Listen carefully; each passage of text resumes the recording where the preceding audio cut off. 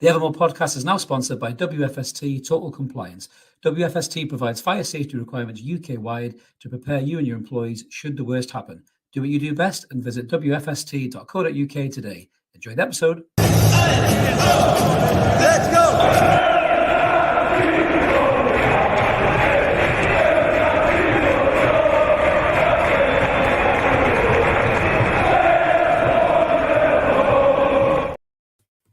Good evening, everyone. Welcome back to the Evermore YouTube channel on a Thursday, which is weird for all of us. Yes, we are back to talk about that club we call United, the best team in the Premier League, in my opinion, certainly in the form guide. We've got loads to get stuck into. I'm your host, Chris. I've been joined by some of the usual suspects in the panel. We've got the man whose tweets are punchier than an Anthony Joshua fight, which isn't fucking hard these days. Ash is in the house.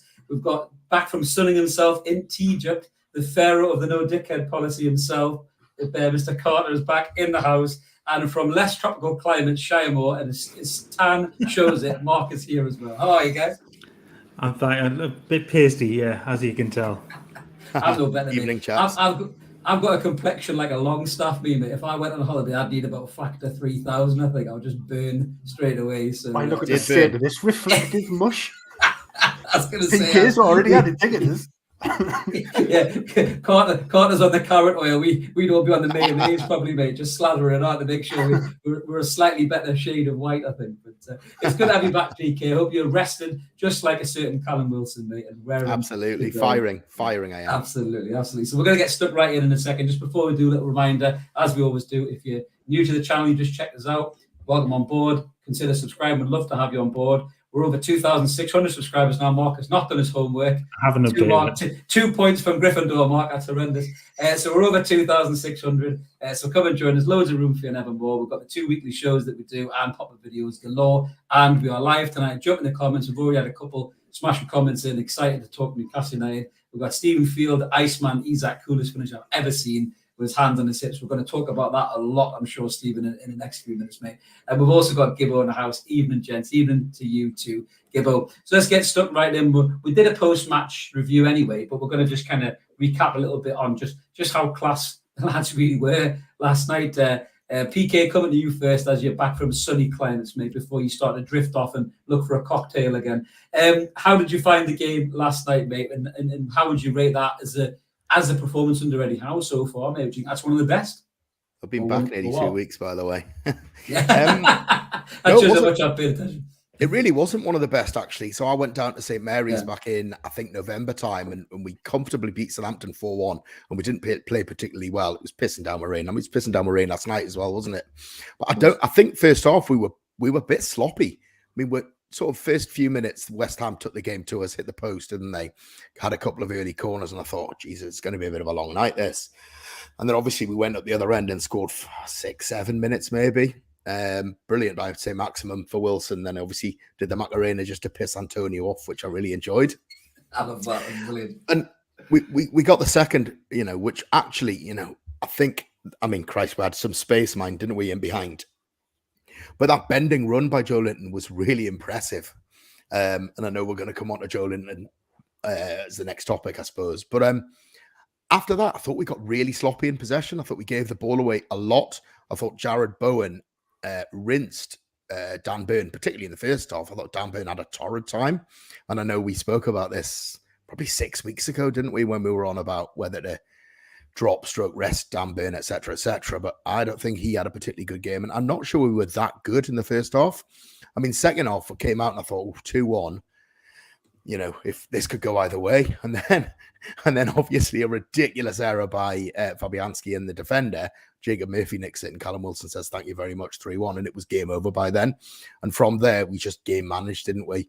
I thought, just to go back into that first half again, obviously Nick, I think it was it Nick Pope went down with a somewhat odd kind of injury, which wasn't injured, but that gave Eddie Howe the chance to blast them, didn't he, on the touchline? Yeah. And he gave them a right bollocking because we were really sloppy.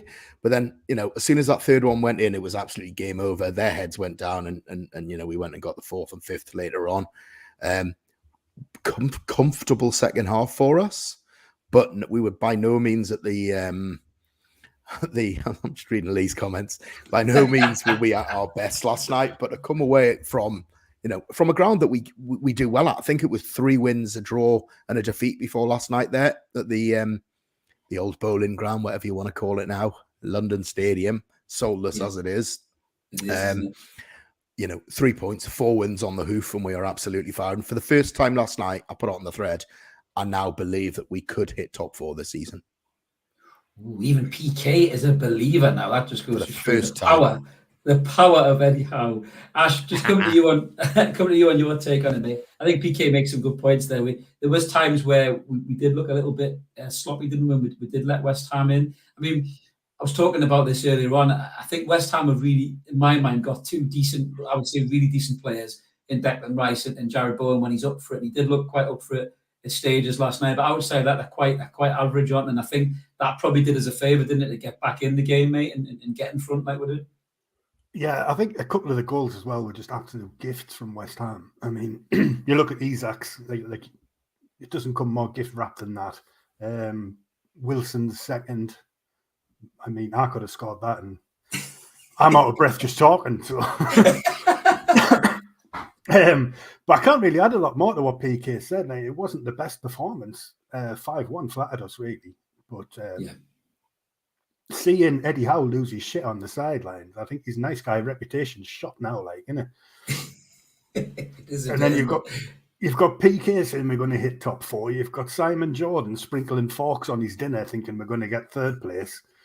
It's all coming up Newcastle at the minute, mind. Is it not? I did love that comeback, by the way, Ash. That was possibly a better comeback than us against Arsenal a few years back, mate. Simon Jordan. That was when he said, "Pass me my condiments," and Ash just gently replied and said, "Knives and forks are cutlery, not condiments, mate." So that was brilliant, Ash. That's the best strike I think you'll hit all season, mate. So well done. Superb. Mark, just getting your take on. Obviously, we were on the post match last night, straight after the game. I think Ash makes a good point there. This nice guy persona that Eddie Howe has, we talk about this. I think behind the cameras, I think there is a little bit of a feisty side to Eddie Howe. We've seen it creep out, telling the worm with the goatee to go fucking jog on about his time wasting against Manchester United. And then obviously last night, he bollocked them for slacking off, really. They see it day in, day out in training. And, I bet you if they don't put in a shift, they get it off them. So it's quite nice to see that side of Eddie Howe, isn't it? Because people might think, he's this kind of articulate, nice, gentle kind of a guy, but it's nice to know he's got that little bit of a fiery side in there as well, mate, isn't it? He absolutely needs it as well, and you're right. He to see that on the sideline after what was it, 25, 30 minutes or so when they had that little break for Pope's injury. That was I mean, it's exactly what they needed. They needed a rocket. They needed to get back control of the game because they lost their way after going 2 up, and all of a sudden it was all hands like at the back just to try and keep West Ham out because they were piling forward. They were finding spaces. Bowen was having some joy. Rice was running the show again. He looked exceptional. We said this last night. He looked exceptional for about half an hour until Newcastle came out in the second half and wrestled control back. He was, but you want to see that from your manager when things aren't going well. He absolutely has to tear them a new one.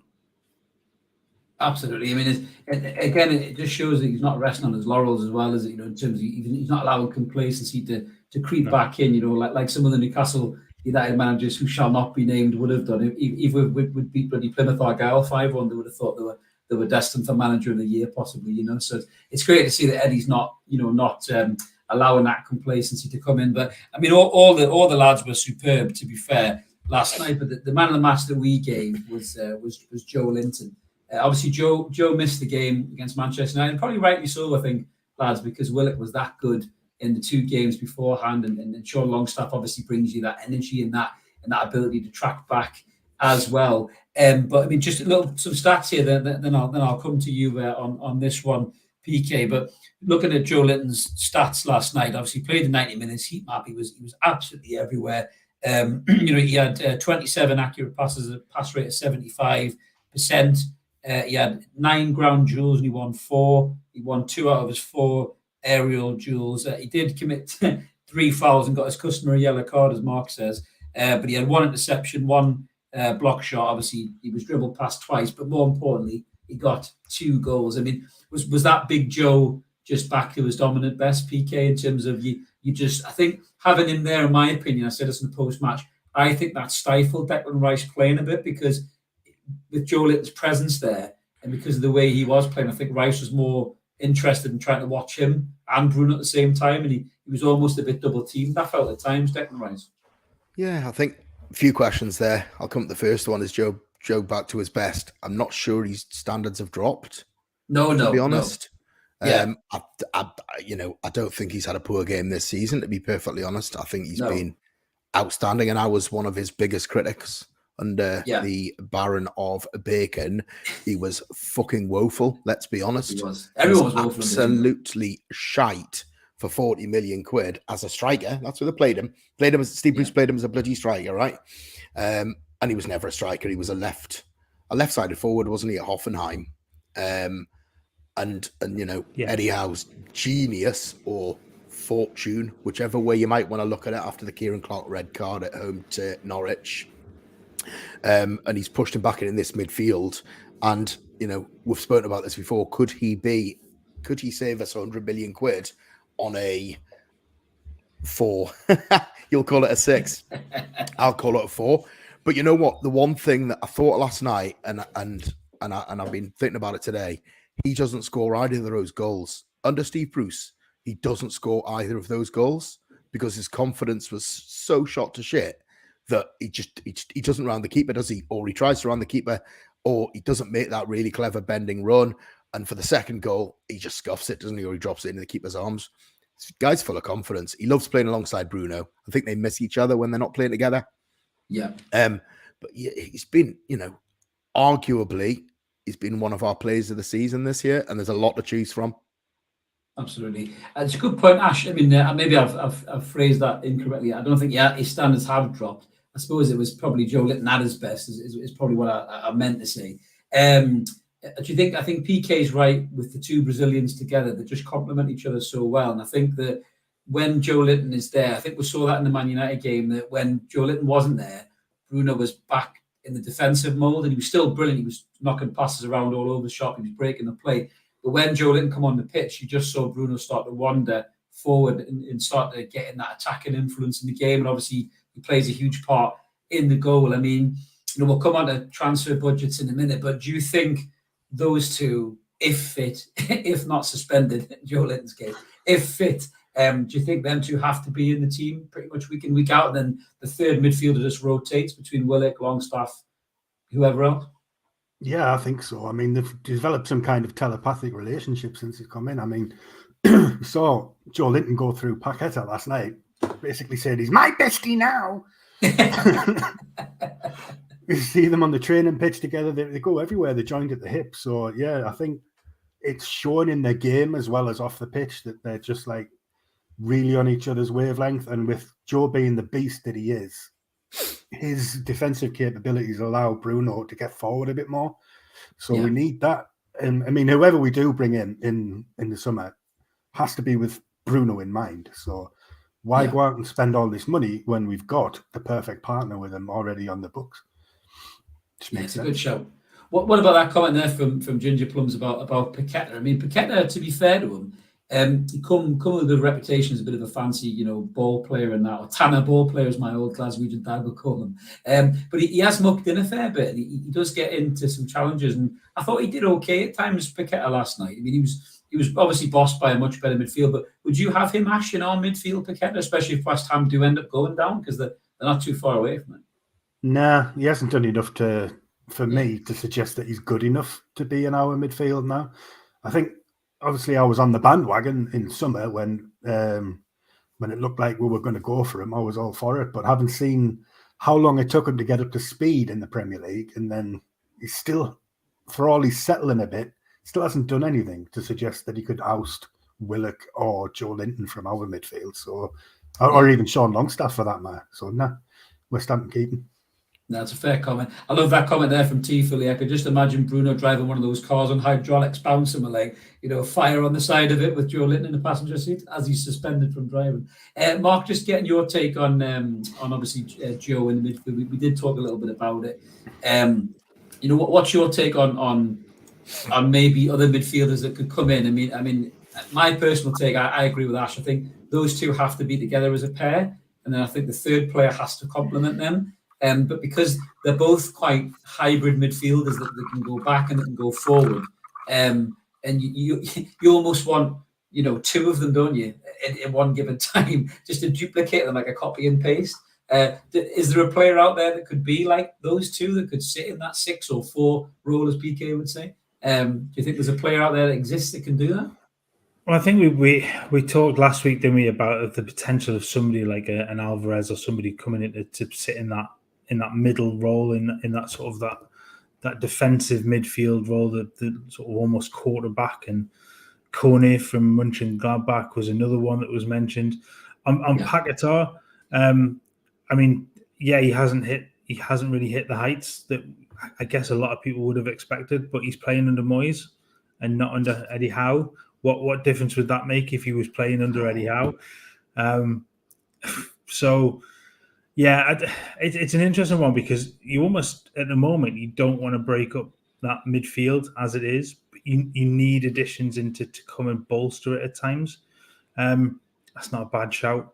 Good shout. Neves would be that, as I said, that quarterback role, that ability to play in the defensive midfield, but be able to spring attacks, the ability to pass the ball short and long distance, is brilliant. I think he's wasted at Wolves, completely wasted at Wolves, and needs to move on.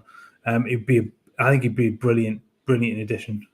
Yeah, just almost reading my mind, Mr. Forster's just jumped in there. There was a certain kid playing for the other team last night I wouldn't mind in that midfield, mind you, and Mr. Rice. I think I said this earlier on as well. I was talking to somebody, and I said that if we do finish top 4, which I'm sure we'll come on to, I'm with PK. I pretty much think we are going to be top 4 now. I think I look at the other teams in that race, and I think by far with the form side, there's no doubt about it. The fact that we've got to play one of them in the run-in, and we could really just basically kill their Champions League dreams. For me, if we are going to be ambitious in the Champions League, why not bid for Declan Rice? We might not get him, but why not join the race? Why not show the ambition and put a bid in? PK, do you have any thoughts on that, mate? Do you think we should put a bid in for Rice? I thought Declan Rice again last night was one of their best players, if not their best player. Lee put in the comments earlier that him and Paquetá were their two best players. Probably worth Paquetá, just to go back to him. He's not done enough for me. He scored that scruffy goal. I think he's scored a couple of goals this season. He's not done enough for me. No, he's not. Bruno's surpassed him by miles. I'd rather have Bowen. I like Bowen, without a doubt. But, if we get in the Champions League, we're going to have to take, our spending to another level. We're going to come onto it with our sort of 3 transfer budgets you want to talk about. Segues. But, Declan Rice is the one for me. Eddie Howe likes an English player. You can see it. I mean, I've got some great Brazilian players at the minute. He likes his English players, doesn't he? He's got Anthony Gordon there now. And he's got a spine of English players. He likes that. Declan Rice would fit the bill tremendously. Would also have to increase our wage bill considerably, because that guy's going to be on, I don't know what he's on now. He's probably on 80 to 100,000 at West Ham, I suspect. You're going to have to pay him 150 grand minimum, which smashes our wage structure. So it takes you a whole new ball game. Yeah, it'll have to go up anyway, I think, naturally. If we don't get in the Champions League, we have no chance of signing him. Yeah, exactly. I think you're right. I mean, the Champions League changes everything, which we'll come on to in a minute. But speaking of English players, segue, there was an English player that was on fire last night. He said he was rested and recuperated, much like you, PK. He was bathing. I'm sure you and Callum Wilson have very similar physiques, mate, by the pool. So you're obviously getting the abs on the carrot oil there, mate, and get the suntan going. But Callum Wilson was back to his very best, I think, last night. With two poacher goals. Really, he looks fit. He looks up for it. I listened to his podcast with Mikel Antonio. I love it. The banter's just absolutely next level. It's great. Antonio must have been sick as a chip watching that last night, thinking I've been beat 5-1 and my mate's done me with 2 goals. But there was another striker who scored a goal, and not only was it a brilliant goal, but I think it's also gave birth to some of the best memes on the internet. I'm going to hand this over to our man in the chair, Mark. We've been pissing ourselves laughing at these memes all day long. We're talking about Alexander Isak's brilliant chip against Fabianski and the hands on the hips celebration. Just take it away, Mark. If anyone hasn't seen these yet, save them because they're the best things you'll ever see. Some of them. I mean, I said before we came on, I think these are the best things since Nick Pope and Burger King was was ones, but some of them have just been absolutely tremendous. There's one of, I haven't got it here, but there's one of him queuing behind Steve Bruce and Greg's. It's him and Fabianski and Ard Gary. There were a couple I put together earlier on. There was Isak and the Moon.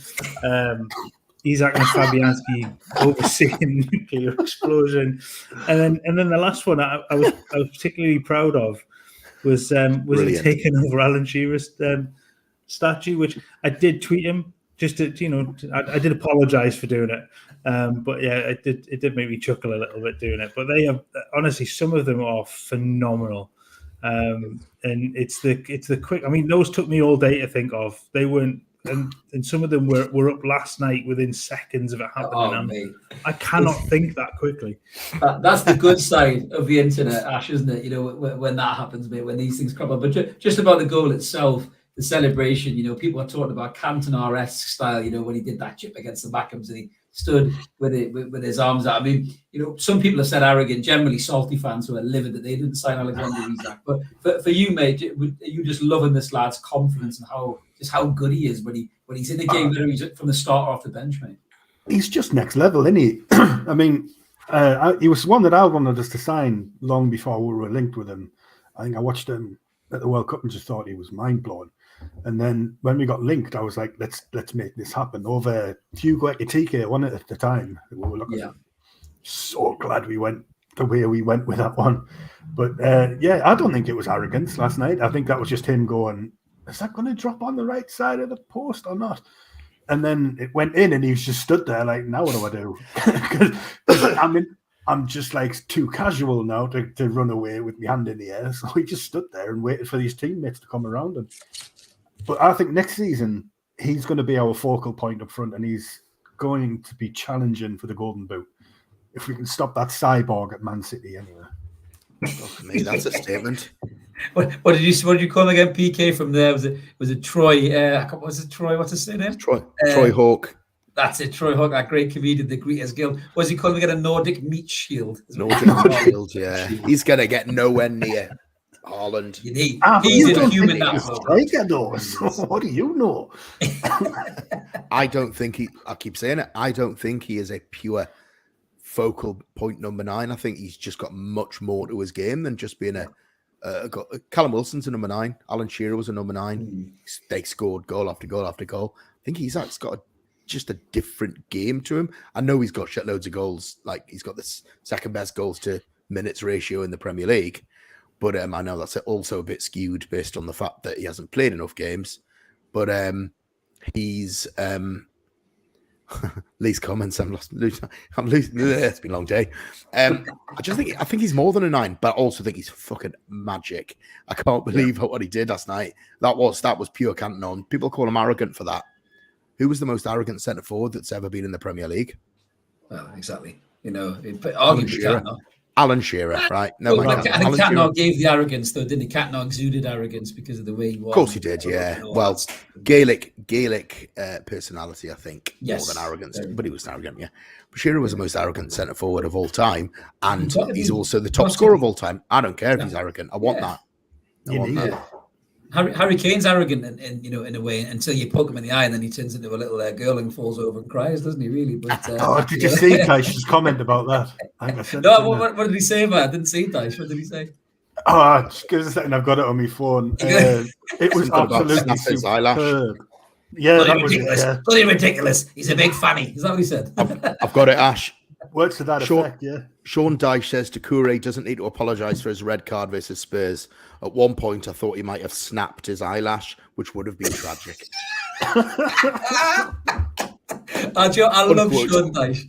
Honestly, I love Sean Dyche. He's got such a in the pub, 3 pints in. Can it be asked with anybody crack, hasn't he? I just love that. Absolutely adore that. Brilliant. Doesn't play the best football in the world, but fucking hell, he was there. I love that. Carl's in the comments, Mark, we've said this before, Isak is like Henry. I mean, it's easy to make the comparison because of the way that he plays. I mean, that's high praise indeed. If he turns out to be half the player Thierry Henry is, we've got one hell of a footballer on our hands. But he does have that mobility. Is I know people have said the number 9, give him the number 9 and all that. I'm kind of with PK. I don't think you can. I think he's a modern day striker, whereas he's not a 9, he's not a 10. He has that, kind of fluid movement that he can just move across the front 3. He can drop deep for the ball, so you can't pigeonhole him into kind of one position. Would you say that that's the case, Mark, as well? Do you think rather than just making him a number 9 or a wide forward, he can pretty much do anything across that front line? Yeah, I think you find that he'll play very much in more of a fluid 3. You see him move out of the way, allowing runs through for other players. He can pull wide. We saw how devastating he can be when he pulls left and runs in from that side against Liverpool. We saw how devastating he could be when he pulls right against Southampton and completely tortures defenders because he is so quick as well. He's an exceptional footballer. And will play very much, I think, in a more fluid 3, like I say, across the front, where he can switch over with whoever's playing left and right to allow them to go through the middle, and it just causes carnage at that point because nobody knows who's going to be where at what point. So it's really difficult to pick players up, and it makes defending against them so much more difficult. It's a great comment there. Sorry, go on, Ash. Go on, mate. Yeah, I think that's why he's going to score so many next season, because if he can play across that front 3, that gives him 3 times the opportunity to be in the right spot, doesn't it? I don't know if I'm making any sense, but you know what I mean. No, I get what you're saying. It'd be a nightmare to mark for teams as well, because if you try and play him central, right, we'll stick somebody on and then he drifts out wide and then he drops deep, and then I think, Christ, where do I go? If I'm man marking the guy, how the hell do I follow him? But it's a great comment from Stephen. That Mark said this before on previous episodes, that Zlatan says he'll be better than me. Zlatan does not dish out compliments very easily, so he's obviously impressed the great Zlatan in Swedish camps. And good evening to you too, Leslie. Thank you very much for joining us all the way from Ghana. Great to see in the comments there. So I suppose we can't really give Isak all the praise despite his great goal, meme, hips, let's do the time warp and everything else. Callum Wilson obviously bags too. PK, just a bit on Wilson. As I said there, he's looked sharper. He's got a smile on his face. He seems to be over whatever was bothering him, because something was not right with him, wasn't it, after the World Cup? And he just seems to be the Callum Wilson that we all love again, isn't he? We've heard a few rumours, haven't we, and whatever. I think a bit of bench time's a bit of bench time's being absolutely brilliant for him. What I absolutely love is we've got 2 strikers vying for that one number 9 spot. And when was the last time we had that? Maybe I think Denver Barnes, Cisse, obviously they played it sort of together in that 3, didn't they? But we haven't really had a striker on the bench for a long time that you thought, well, that's fine. We looked at it and thought last night, well, Isak's on fire and he stuck him on the bench. Callum Wilson comes in and scores 2 goals. Okay, excuse me, he loves scoring goals in West Ham. I think that's 12 goals in 13 or 10, 11 goals in 13. Something like that. Don't ask Mark, because he got them all wrong the other night. He was pissed off, weren't you, Mark? You try to get your calculations. He loves playing against West Ham. But what is brilliant is I think that Wilson looked knackered after the World Cup. We know that, whether he's had some personal issues or whatever, he needed a bit of bench time because he looked shot to shit, didn't he? He's come back out last night knowing that he's not guaranteed a starting place and he's got to score goals to keep his place. I don't think he keeps his place on Saturday, by the way. I think Isak will come back in again. But either way, they got 3 between the 2 of them last night. I'm not bothered. I'm not complaining in the slightest. Happy days. Absolutely. Exactly. That's what we want, isn't it? I can't remember the last time we had 2 really good centre forwards that vying for that one position. Just a comment there, Ash, just taking this up. It's a great point as well, isn't it? That, Botman, Bruno, Isak, all 23 to 24 years old. I mean, if we can keep these lads and build around them, we're going to come onto the budget for the transfer potentially in the summer in a minute. But I mean, they're unbelievable ages for this team, isn't it? They're only going to get better, Ash, aren't they, really, mate, as things go on? It's frightening, isn't it? Like, just to think how far we've come in 18 months, where we're struggling to put a decent team out, and now we've got that spine running down the team that could be here for years. In the first season, they've already got us into the Champions League spots. If we start building a team around those three, it's just frightening what we could possibly achieve in like the short term. I mean, I didn't expect when this takeover happened that we'd be in this position so quickly, and it's down to those three. Yeah, absolutely. I mean, the scouts have been superb. I mean, I was talking to a mate of mine who's a Man United fan after the game, and I said this is probably the first time in a long time where I look at 4 or 5 of our players and think they would walk in that Man United team. Man United fans would have them tomorrow. You know, we've just listed them there, and I think you've got to give a massive shout out to the scouts, Mark, as well, haven't you, in terms of how well they've done to scout these players, bring them in not just for the ability but for the character and to work with Eddie Howe. If you look at what's gone wrong at Chelsea, you know, I think I made the joke that the likes of Mudryk and Fernandez have probably said, "Who's the manager? Harry Potter?" And they said, "No, Graham Potter. Who the fuck's that?" You know, and they just everything's just started from a really bad point, you know, of egos taking over. But these guys come in and they know Eddie Howe is the gaffer and they buy in to his ethos and mentality, and that's important, Mark, isn't it? As well, above anything else, in terms of the ability, has to buy into the manager's ethos. Character is huge, and we've talked about this right the way through. We joke about PK's no dickhead policy, don't we? But the character of the players you're bringing in is massive.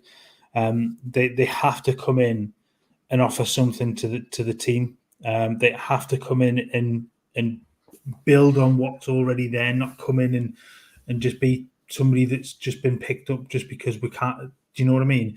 So Chelsea have done that. Well, we can go out and buy the Mudryk for whatever, but does he actually suit? Is he the right character for the dressing room? Is he the right player for the team?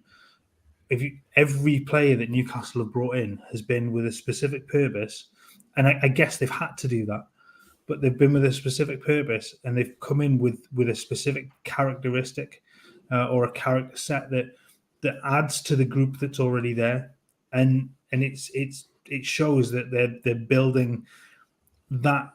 It's the group mentality. It's the boil it down to the us against the world sort of thing. Everyone is the right one, and they take their time over who they're bringing. Nothing's a rush job. They're not going out throwing money at just somebody random because they can. It's buying the right person. And so it's a good segue.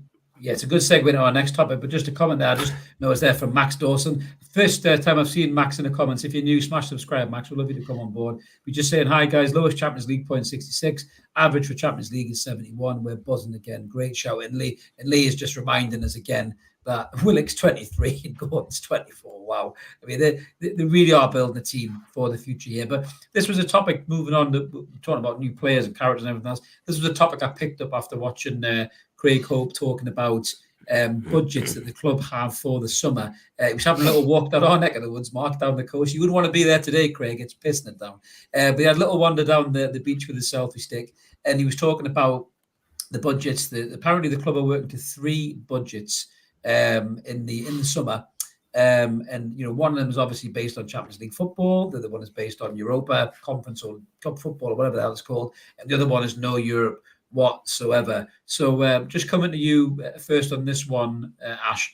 So for me, for starters, that shows the club are doing it the right way because they've got an ABC plan. You know, they're not just relying on the Champions League like a lot of clubs do. And then all your targets piss off and go somewhere else. So that's really good. But there's another thing that Craig Hope said that broke my little heart.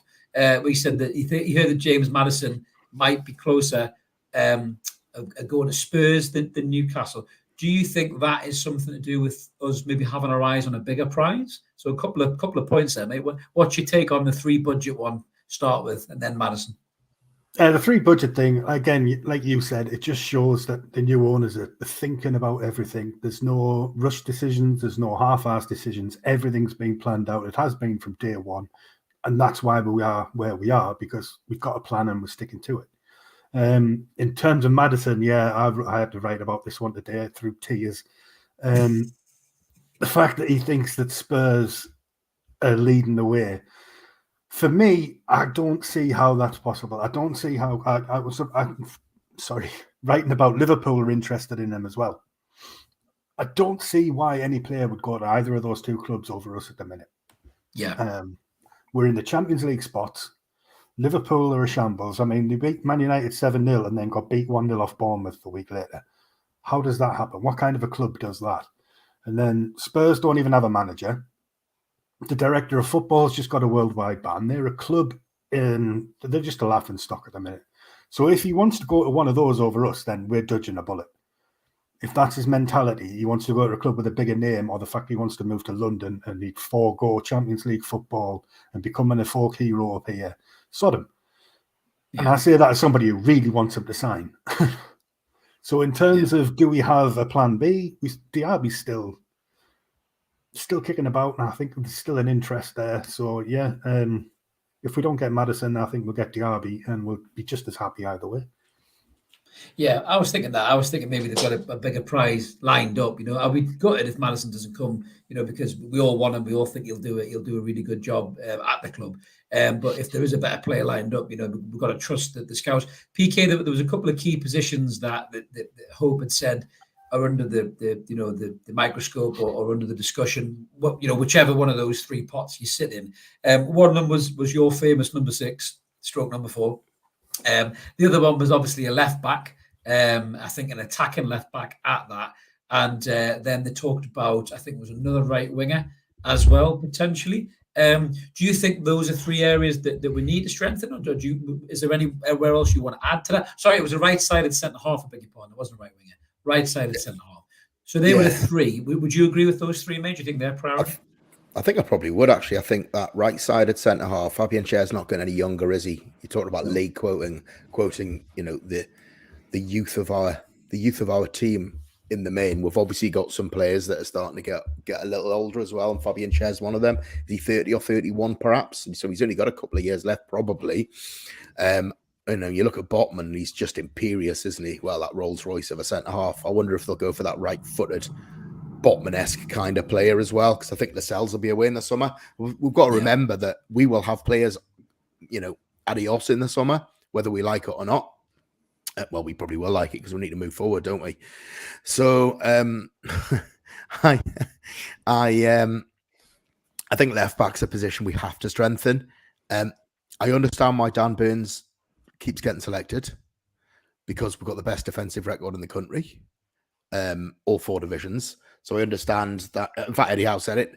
Eddie Howe had his press conference after his press conference last night.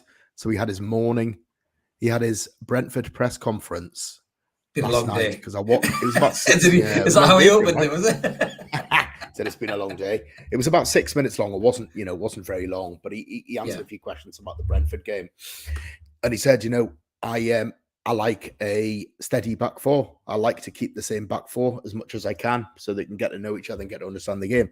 I mean, Dan Burns didn't have the best of games last night. He would have scored the lowest out of our players. I thought that Bowen ripped him a new one in that first half, as I said earlier. And I'm not sure he offers you enough going forward unless it's the quarter-final of a League Cup, when you score a winner, which is very nice.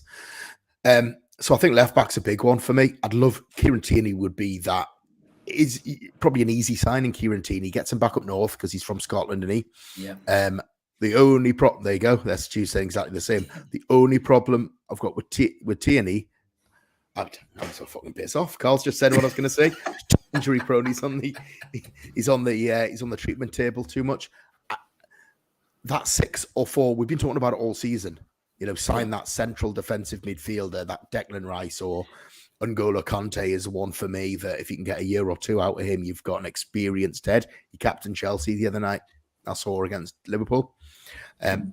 Love him as a footballer. Again, he's been injured most of the season. The outside right position, whatever you might want to call it, front right, I don't think it's a priority anymore. I mean, dare I say, Jacob Murphy's been fucking excellent. It wasn't great last night. Easy now. He's had a couple of good games. If you can sign Diaby over Jacob Murphy, mate, come on. Of course, right? Give me that. But if we're talking about budgets, and you're talking about financial fair play, and you're talking about priority positions, you probably want to replace. You certainly want to replace Darley. You want to replace Dubravka, who's 34, I think now. So you want a second goalkeeper, as you know, not a big priced second goalkeeper. You certainly want a left back. I'm not sure. I really like Matt Targett, but I don't think he's good enough going forward as well. No. So you want somebody like Trippier who can do that overlap. So much has come down the right this season between Miggy and Trippier, or dare I say Murphy and Trippier in a minute, or Gordon setting off last night. I thought Gordon was excellent when he came on, by the way. When he come on. Yeah, And like him. But have we signed that right player in Gordon already? I don't know. I think all these names being bandied about, we probably won't sign any of them. I think we'll sign players that the scouts pick up. You know, we've always had good scouts. You go back to Graham Carr, who was on a 94-year contract under Ashley. He picked out Modric to sign. No, we're not having him. He's too small. Thank you very much, Dennis Wise, whoever it was. So he just wasn't allowed to sign the players that he wanted to sign. Graham Carr, Steve Nixon is very, very good. But what we've got now is we have got a team of scouts. They are advertising, or have been advertising, for South American scouts. So scouts who are based in that country.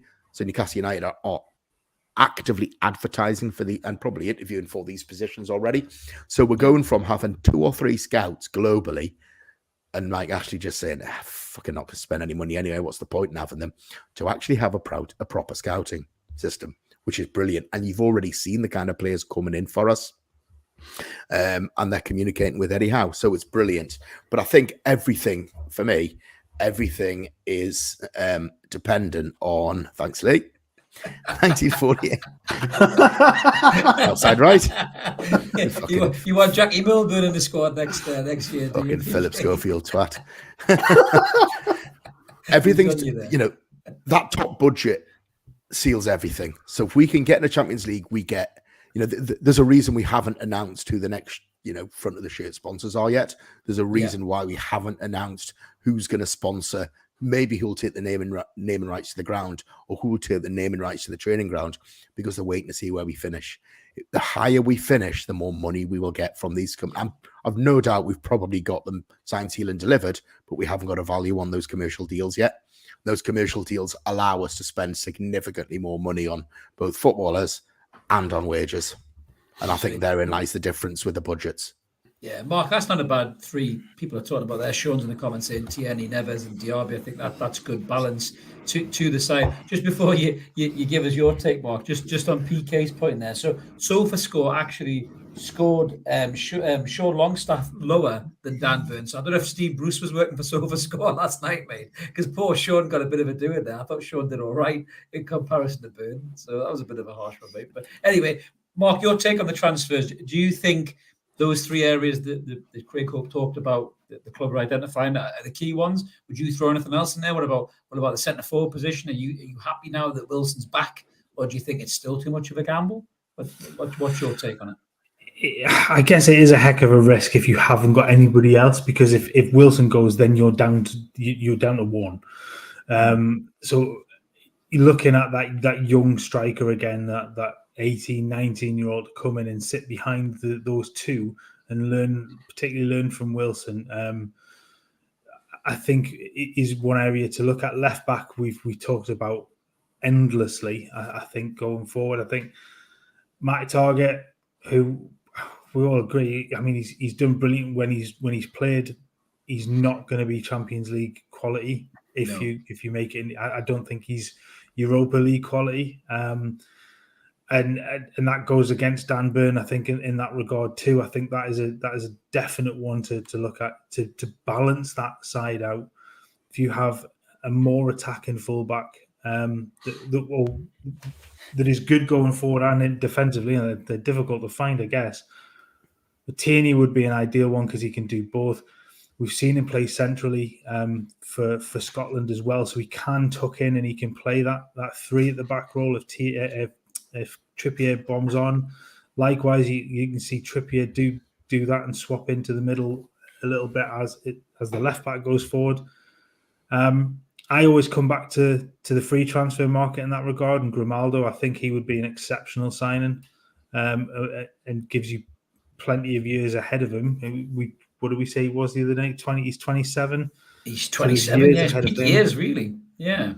So he would be exceptional and is a dead ball threat too. And then the kind of key, I think you've touched on, right centre back. I think you PK said it before. You're going to lose. I think Lascelles fair enough. I think you'd wave him out the door and say thank you very much. But yeah, he served the club well, but I think it's time to go. I think it's time to step up. The quality isn't really so. Yeah, absolutely. And again, if you're playing in a high profile Champions League game or late stage Europa League game, and Shaw's injured, who do you want coming on from? I'm not so sure you want Lascelles coming in as well as he's done at times. I think that's the key area. I think midfield is a wish list one. Is it so urgent to bring in a player in that position, given how well the midfield has done? I know we talked about that before, where you'd love to have somebody come in and play that 4-6 role. And allow Bruno a little bit more freedom. But I think there are possibly one or two areas maybe to focus on a little bit more. Yeah, but we're finally starting to see some depth off the bench, aren't we, in terms of game changers that can come on. And I think that a lot of our players still have injury problems. That Wilson is made of glass, isn't he? He's doing all right at the minute, but then the wind might blow one direction and it might pop his hip out of joint or whatever. Then he'll be out for another 9 weeks or whatever. Isak's obviously had injury problems this season. Gordon has done well. He had an ankle knock when he come in. Miggy's out injured at the minute. Miggy's normally fit as a flea, isn't he? I think I called him the T1000. He just seems to get up again and just, another bit of metal grows and then he's off. But, this is probably the longest Miggy's been out. But I think we've got a bit of depth grown there, which is really, really good. But I think it's very interesting to hear these key areas that the club are targeting. And as PK says there, they're surrounding the world with scouts and looking for the best talent they can. When you mentioned there, Mark, about a young striker, what better place to try and get one of them in South America? God, you could pick out the next bloody Ronaldo or something. You just don't know. The next Alvarez. The next Alvarez could be sitting there like City have done, and even if like somebody mentioned Grand Qual in the comments, Grand Qual could turn into that player. We don't know, So I think it's really good to see what the club are doing, and hopefully, the plans in the summer. We're not going to go stupid. We're not going to go chap manager like Ted Bowley and go give me him over a 10-year contract. We're not going to do that. Although I do advocate a Saudi Arabian team signing Messi and us getting them on a 6-month loan deal while he stays fit. I do advocate that if PIF are listening. But yeah, it will be interesting to see who we go for in the summer. And me and Mark and the rest of the guys will do loads more videos on that in the coming weeks. But we're just going to finish the episode with a little look towards the game of the weekend. So we're taking on Brentford. Brentford have had another really good season under Thomas Frank, but they've slipped down to 9th. In the league, we've got no bee stings. Hopefully, we don't get any bee stings. Ash, there is a shout out to the X here with Ivan Toney. He always likes to play against us, I think. Bit weird, really, for me, because we let him go because he wasn't good enough, and then he went off and he made himself a good career. But he made it. His personal point of view to give us some shit in the crowd. When he played at St James's Park, which I don't really understand why, because he wasn't getting that much of a bad bashing. But is this a game that worries you, mate, or do you fancy us to keep rolling with this momentum and getting a result? No, like you said, the momentum's with us. Brentford have fallen away a little bit. I do back Tony to score because that's just the way shit goes for us. And he shouldn't even be playing, let's be honest. I still can't get my head around how the hell he's still allowed to play when he's got this gambling thing hanging over his head, but that's a different story for another day. I still fancy us to win. I think we're the better side by a country mile, especially the way we're playing at the minute. But as for Tony, it's a weird one. Why he even credits us with, oh God, Liam. Is that your mate? That's right. It's my podcast co-host there. I thought he was into. Good to see you in the comments, Liam. Good to see we'll you. Let him You're just checking up on him, make sure he's doing an all right job, Liam. What was I saying? Tony, the fact that he credits Newcastle with his career, because we shot on him from a great height apparently, and that spurred him on. So he should be thanking us, if anything, instead of having this frigging grudge. But whatever happens, he's a bit egocentric, though, isn't he? He always had that penalty. He's a bit egocentric, though, PK, and he is Tony. That the whole fuck Brentford video and all that stuff. Yeah, he's a little bit cocksure of himself. Speaking of cocksure players, Gibbo's just thrown in a right hand grenade there. Is the Ronaldo deal still on if we get into the Champions League? I mean, he's scoring goals for fun in the Saudi Arabian Pub League. I'm pretty sure I could be about 3 goals behind him if I was playing there, mate. But me too. Do you want to see Ronaldo in a black and white shirt, mate? Nope, he's a dickhead, isn't he? It's a Pascal policy, mate. No doubt about that. No. We'll chuck him in a bin. How about Brentford, mate? How do you feel about Brentford? Are you concerned, mate, or do you think the Mags will get the business done? I'm not concerned. No, I was on the show when we had Brentford at home, and you were waxing lyrical about Tony. And I know he scored a penalty, but he did less than fuck all in that game. And they're the type of team that like to come out and play football. We spanked them away last season. Was it 4-1? Yeah, they got a red card really early on. It might have been 4-0, you know. They got a red card really early on for a shocker on, I want to say Sean or it was on Sean. Who was the player, Mark, who got sent off? I'm trying to remember his name now. It was a bad tackle, wasn't it? I'm trying to remember the guy's name. I think he was their defensive centre midfielder or centre half anyway. Yeah. I am struggling with that one. I can't remember. I'm just going to look at it. It'll come to me when I see it. We hammered them, and Joelinton scored. Did he score 2? He scored anyway, didn't he? He scored at least 1, if I remember right. I think, and I think, we spanked them at home again, 5-1 this season. Bruno got a couple early this season. They're the type of team that are great for us to play because they're not just going to shit house and sit back. They're going to have to come out because if they... There you are, to Silva. Yeah. Well done. Silva. If they have any aspirations of getting a Euro conference place or whatever... they've just slipped a bit. They've got. I actually did a bit of homework earlier, Chris. You'd be surprised to hear for the first time. Well done, you, mate. They've got these rubbing off on you, mate. Absolutely, you are the silver fox. They've got 1 win in 5, so they're just starting to slip a little bit. I know they had a great point at Brighton, didn't they, last week in the 3-3 midweek? Yeah. They're just slipping a little bit off the rails. So they're going to have to come out at us, and that is great for us. So for me, I think we go down there with no fear. I think we've got, they've stayed down there, so they're not pissing about traveling up and down the road or planes or whatever. So they're staying down in London, aren't they? And I just think we go there and we're full of confidence, and we maybe rotate again. I think might bring Gordon in for Murphy. I think he'll bring Isak in for Wilson. Might bring Matt Target in for Dan Burn. He may not, but he might. We can just rotate it again. Might bring Willock in for somebody else, but everybody's playing great at the minute. So it's nice to have those options. We've got a far better squad than we had 2 months ago with the same players, if that sort of makes sense. Because players like Murphy are starting to come better. He's adding that extra. He's in your sort of 15 as opposed to sort of being, oh, fucking hell, Jacob Murphy's our third sub.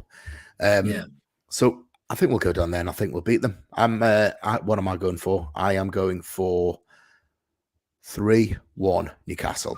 2 goals from Isak and 1 from Bruno.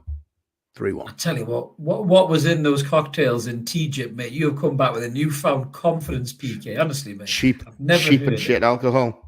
I've never heard such confidence from you, mate. I tell you what, my God, Mark. Just coming to you on the Brentford game, and obviously we'll throw a match preview up as we always do. We'll do a match review as well at the end of it. But you can't really disagree with what PK is saying. I mean, we are the informed team.